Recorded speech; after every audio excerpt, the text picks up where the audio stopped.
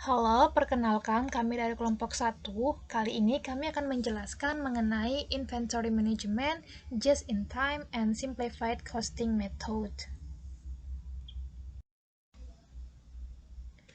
Adapun anggota dari kelompok ini adalah sebagai berikut. Yang pertama ada Muhammad Irfan Fadilah, yang kedua ada Rahmi Melisa, yang ketiga ada Irma Diade Simbolon, yang keempat ada Rinda Wulandari, dan yang kelima ada Tesalonika Ivone. Baiklah, pertama kita masuk ke dalam manajemen persediaan dalam organisasi retail. Jadi, manajemen persediaan itu merencanakan, mengkoordinasikan, serta mengendalikan kegiatan yang terkait dengan aliran inventaris ke dalam, melalui, dan keluar dari organisasi. Selanjutnya, kita masuk ke dalam biaya yang berhubungan dengan barang yang akan dijual. Jadi, dalam mengelola inventaris, untuk meningkatkan pendapatan bersih membutuhkan pengelolaan biaya yang masuk ke dalam beberapa kategori. Yang pertama ada purchasing cost atau biaya pembelian, yang kedua ada ordering cost atau biaya pemesanan, yang ketiga ada carrying cost atau biaya penyimpanan, yang keempat ada stock out cost atau biaya kehabisan persediaan, yang kelima ada cost of quality atau biaya kualitas, dan yang terakhir ada shrinkage cost atau biaya penyusutan. Selanjutnya, kita akan bahas lebih dalam mengenai 6 kategori biaya tadi. Yang pertama ada purchasing cost atau biaya pembelian. Nah, ini termasuk dengan harga pokok barang yang diperoleh dari pemasok, termasuk biaya angkut yang akan datang. Biaya-biaya ini biasanya merupakan kategori biaya barang yang akan dijual yang terbesar. Yang kedua ada ordering cost atau biaya pemesanan. Nah, ini mencakup mengenai biaya dalam menyiapkan dan menerbitkan pesanan pembelian, menerima dan memeriksa item yang termasuk dalam pesanan, mencocokkan faktur yang diterima, dan catatan pengiriman untuk melakukan pembayaran. Yang ketiga ada carrying cost atau biaya penyimpanan. Nah, ini termasuk dalam biaya yang timbul sambil memegang inventaris barang untuk dijual. Ini termasuk biaya peluang investasi yang terikat dalam persediaan dan biaya yang terkait dengan penyimpanan. Selanjutnya yang keempat ada stock out cost atau biaya kehabisan persediaan. Nah, ini merupakan biaya yang terjadi ketika sebuah perusahaan berjalan kehabisan item tertentu di mana ada permintaan konsumen dan perusahaan tersebut harus bertindak cepat untuk memenuhi permintaan tersebut. Atau jika tidak, maka perusahaan tersebut akan mengalami kerugian karena tidak dapat memenuhinya. Yang kelima ada cost of quality atau biaya kualitas. Nah, biaya ini adalah biaya yang terjadi apabila fitur dan karakteristik suatu produk atau jasa tidak sesuai dengan spesifikasi pelanggan. Nah, ada 4 kategori biaya kualitas. Yang pertama, biaya pencegahan, yang kedua ada biaya penilaian, yang ketiga ada biaya kegagalan internal, dan yang terakhir ada biaya kegagalan eksternal. Dan yang keenam adalah shrinkage cost atau biaya penyusutan. Nah, biaya ini perbedaan dalam biaya inventory antara nilai inventory menurut catatan pembukuan perusahaan dengan nilai inventory yang dihitung dengan pemeriksaan fisik inventory atau stock of name.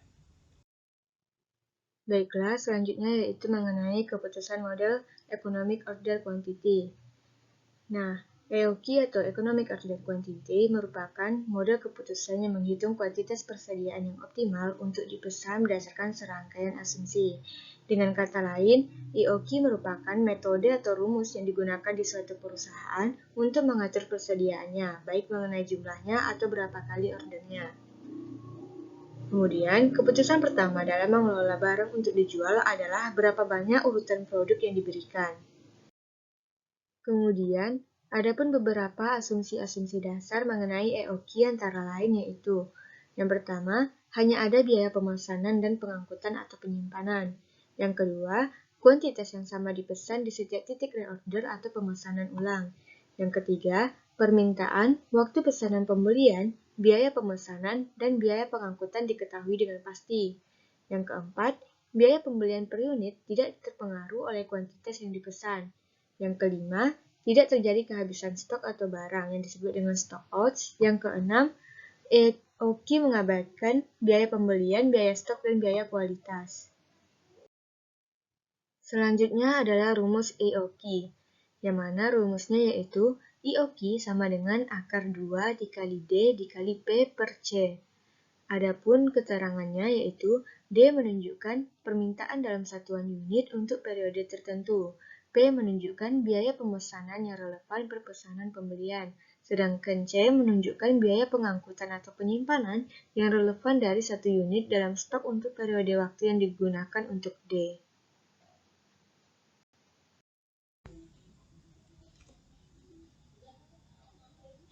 Kapan melakukan pesanan dengan asumsi sudah pasti?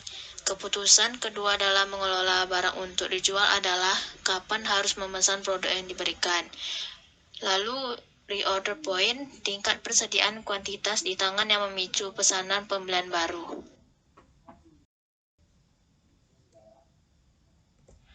Persediaan pengaman. Yang pertama, pengecer yang tidak pasti dalam permintaan, waktu tenggang, atau kuantitas yang dapat disediakan pemasok akan menyimpan persediaan pengaman.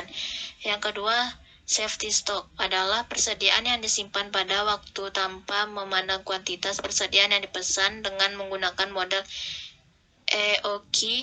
Yang ketiga, safety stock digunakan sebagai penyangga terhadap kenaikan permintaan yang tidak terduga, ketidakpastian dalam waktu tenggang, dan tidak tersedianya persediaan dari pemasok.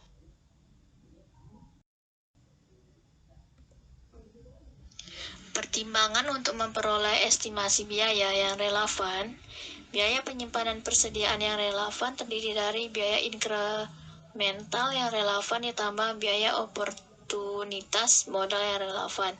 Yang pertama, biaya inkremental yang relevan atas penyimpanan adalah biaya-biaya dari perusahaan yang membeli dan berubah seiring dengan kuantitas persediaan yang disimpan. Yang kedua, biaya oportunitas modal yang relevan merupakan pengembalian yang hilang karena menginvestasikan modal dalam persediaan dan bukan di pos lainnya. Selanjutnya kita masuk ke biaya kesalahan prediksi. Kita dapat menghitung kesalahan biaya prediksi ini menggunakan 3 langkah pendekatan. Yang pertama, menghitung hasil moneter dari tindakan terbaik yang dapat ditempuh berdasarkan jumlah aktual dari input biaya atau biaya perpesanan pembelian. Kedua, menghitung hasil moneter dari tindakan terbaik berdasarkan pada jumlah yang salah dari input biaya yang diprediksi. Ketiga, menghitung selisih antara hasil moneter dari langkah 1 dan 2. Selanjutnya, pembelian just in time.